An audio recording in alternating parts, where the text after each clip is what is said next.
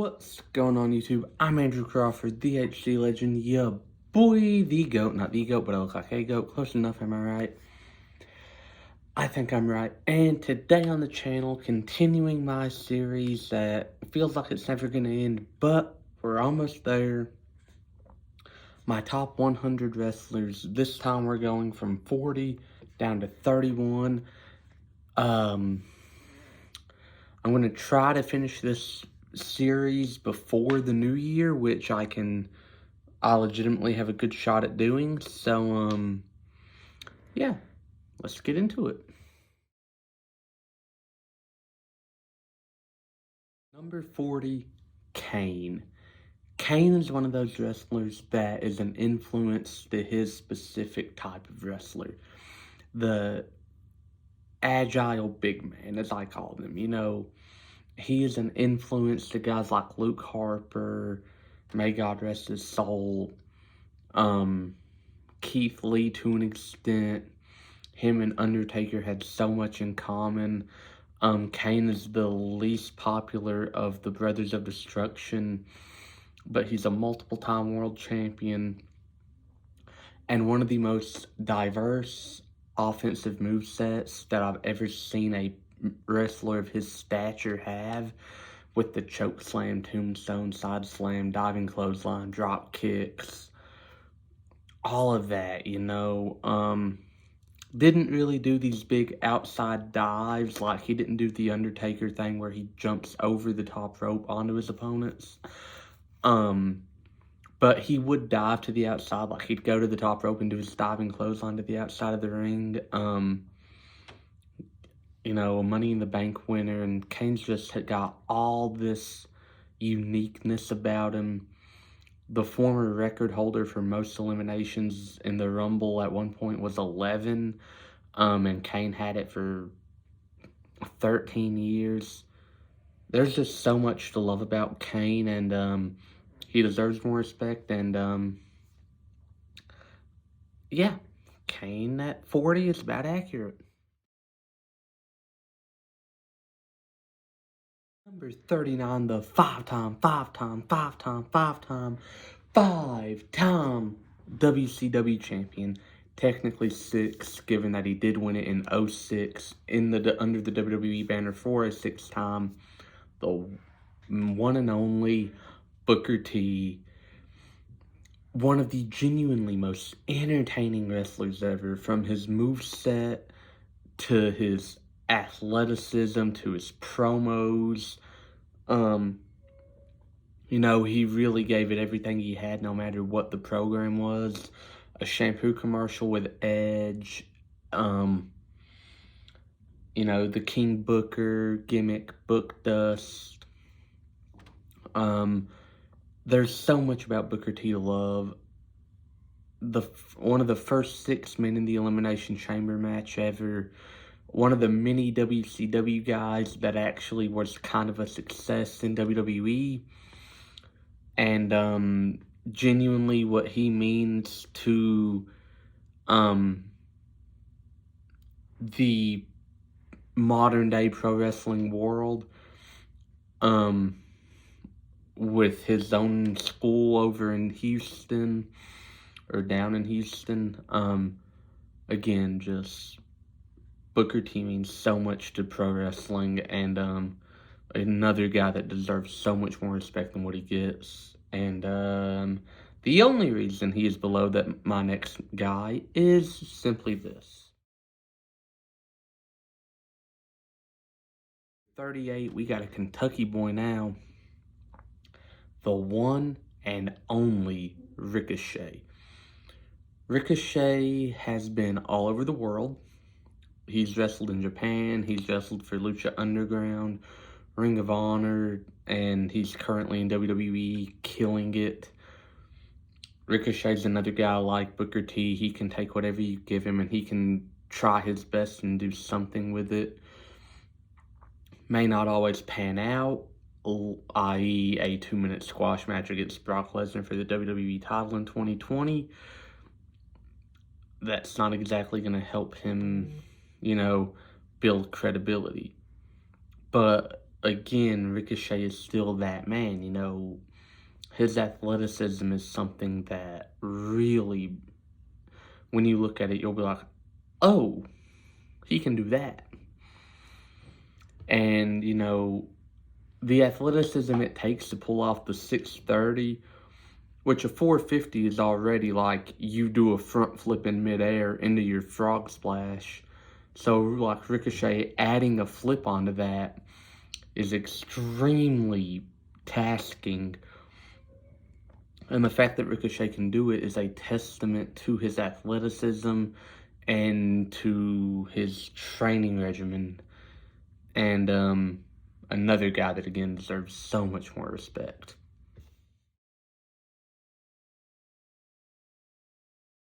37, one half of what I believe to be the greatest tag team to ever step foot in a WWE ring, and that is when you take in the Road Warriors, the Dudleys, the Hardys, Edge and Christian, the New Day, Demolition. You take all those guys, they are all awesome. They're not the Usos.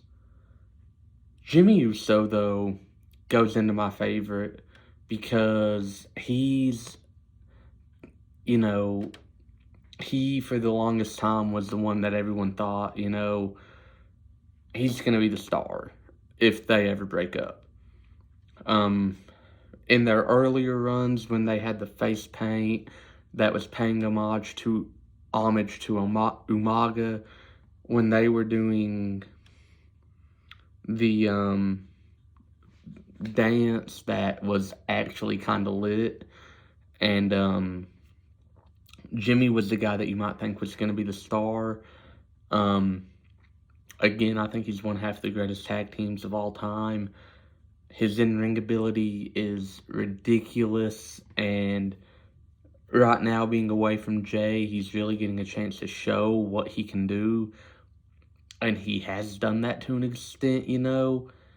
I think people don't love it because they're not used to it, and Jimmy hasn't found his niche with the crowd. Unlike 36 main event Jay Uso. Jay has found his niche. You know, the whole whenever he does that, it erupts the crowd, and it's just a simple little thing, you know.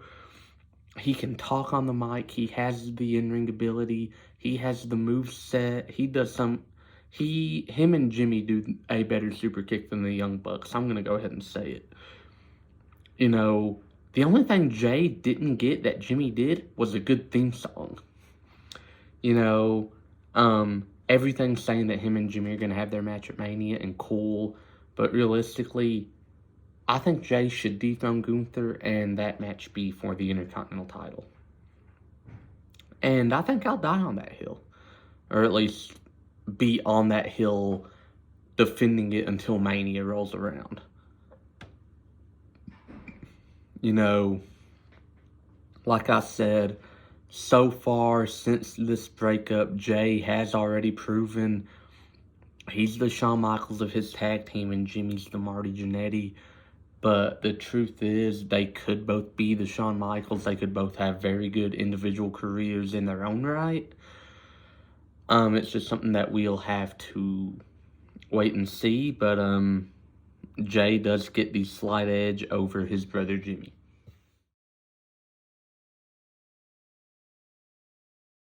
For 35, the Macho Man, Randy Savage.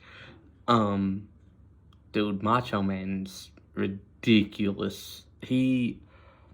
Everyone from that watched it in the 80s wants to talk about Hogan. Nah. Like, Hogan had the same charisma, but Macho Man was the more total wrestler, you know.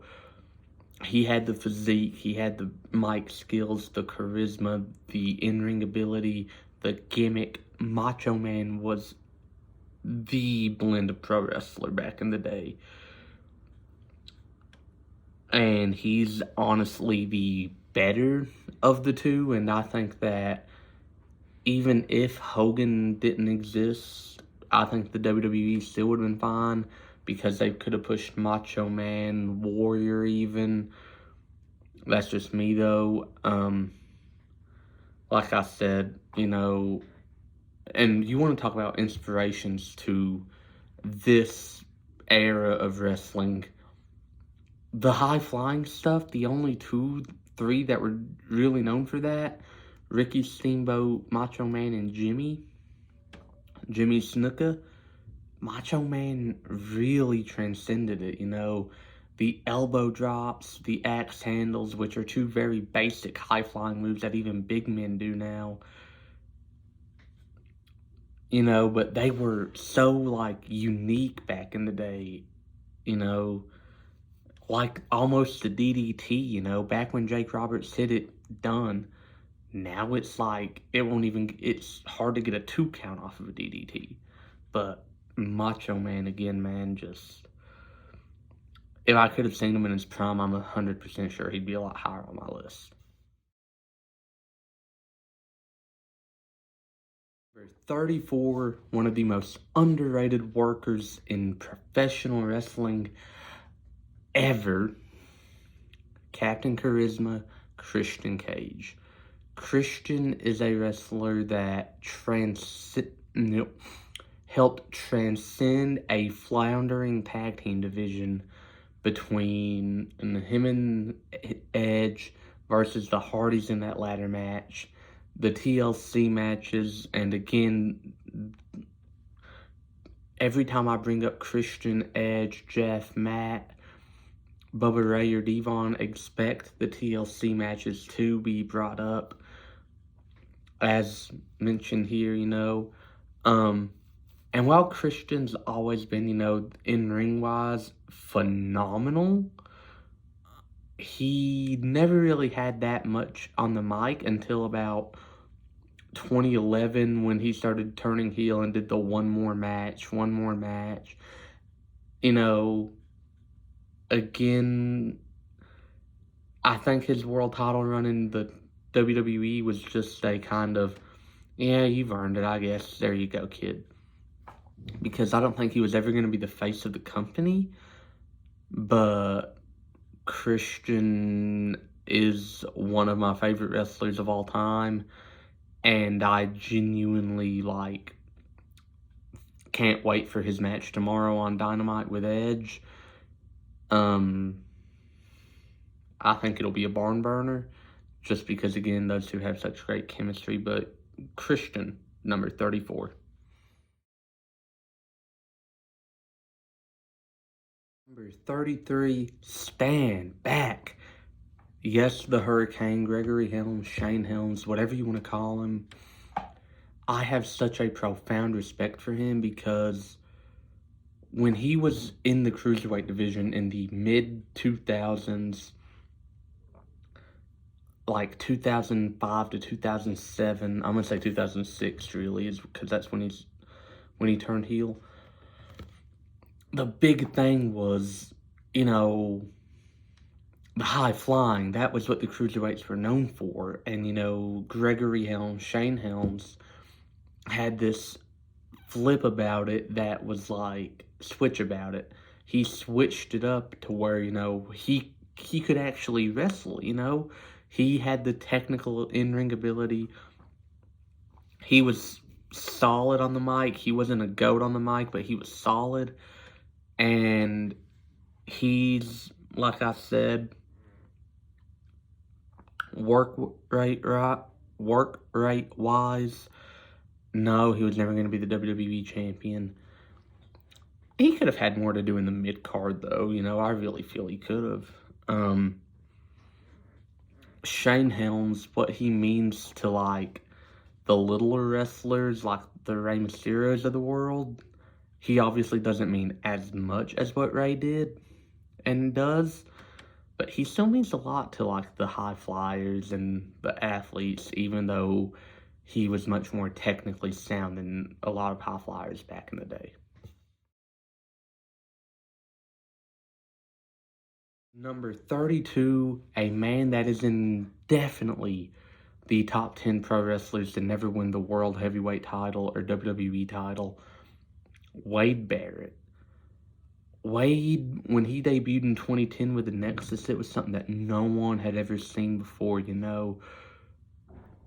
That beatdown they delivered to John Cena, CM Punk, the ring announcers, the ringside crew, the referees, tearing the ring apart, you know.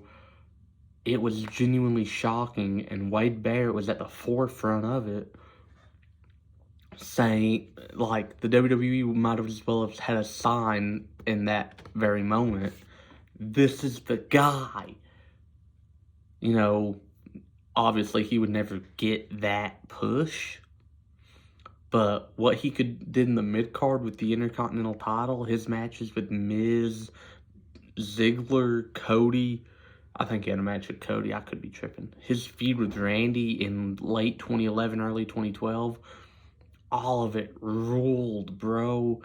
And Wade Barrett should have been world champion. You know, I think everyone else from here on out, except for my next entry, has either been world champion or there's still time for it to happen. But with Wade, his in-ring days are most likely behind him, given his affiliation with the commentary team as of late, and I think it was highway robbery that we never got the world title run out of Barrett that he deserved.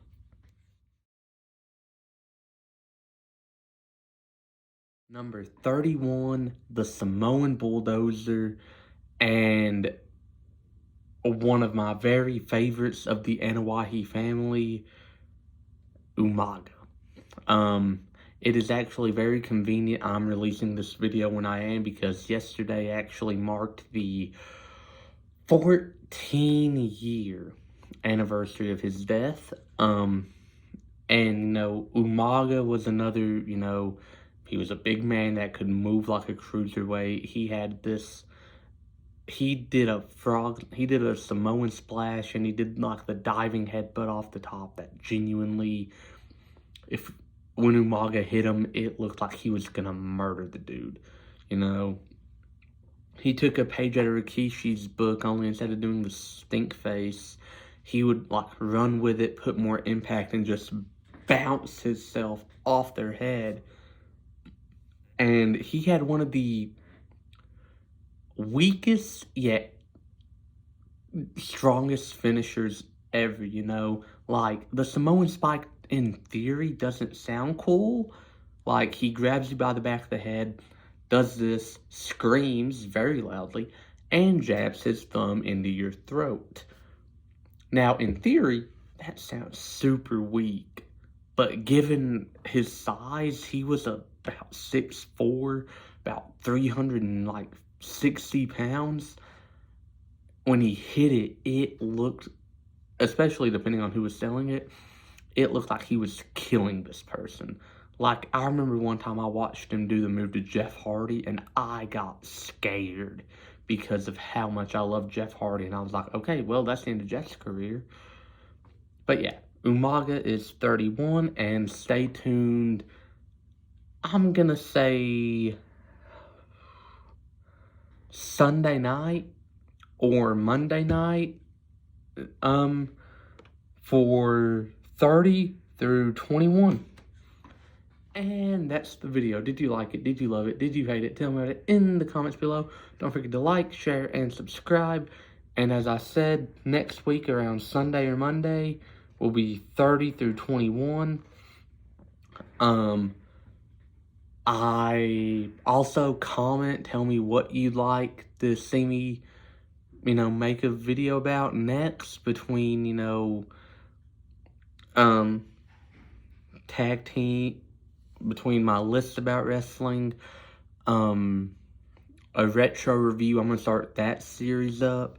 Basically, I get an old pay-per-view, someone sends me an old pay-per-view, and I watch it and then post a review of it on my channel. But until next time, unlike John Cena, I can see you, and I will see you very soon.